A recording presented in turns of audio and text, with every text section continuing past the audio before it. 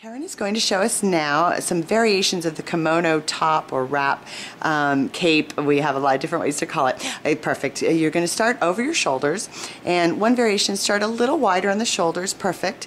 And then you're going to, you could start even wider. It gives it a very elegant look like that, especially with a spaghetti type dress. Pulling it taut under your bust line and crossing it behind you, and bringing back around. Now, you can, of course, the most obvious and easy thing to do is to just tie it once you get back to the front. But one thing to do is, or to try, such as you see there. Now, if you want to untie that real quick, and let's just show them what to do with the brooch if you want a little front coverage. As you go and wrap those behind you and pull them nice and taut, and as you come back to the front, just grab exactly the little top edges of the sash, the pearled edges, exactly, and then find the point where they meet at a nice snug feeling. Perfect.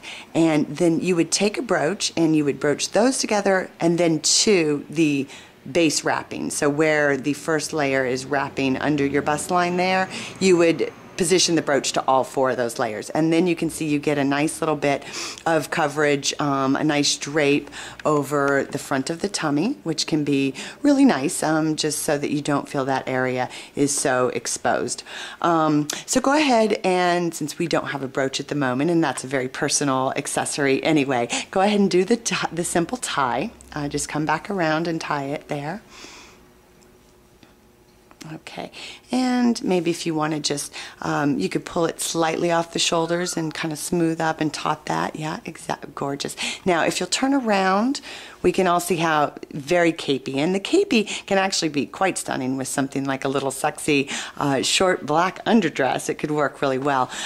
We tend to find the cape can work with a lot of things, skinny jeans, leggings, but especially with any full type trousers or more work trousers. Oh, that looks so snuggly and elegant like that carrot. I love it.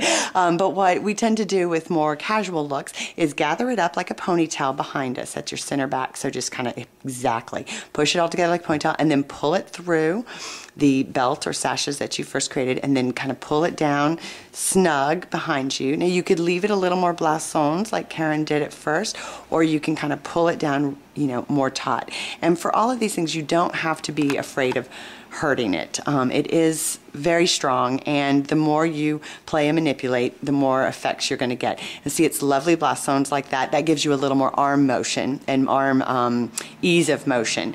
Or you can try to pull it down a little taut, which doesn't give you as much range of motion in the arms, but is still an elegant look. And now you can see it from the front, a little bit of peplum effect.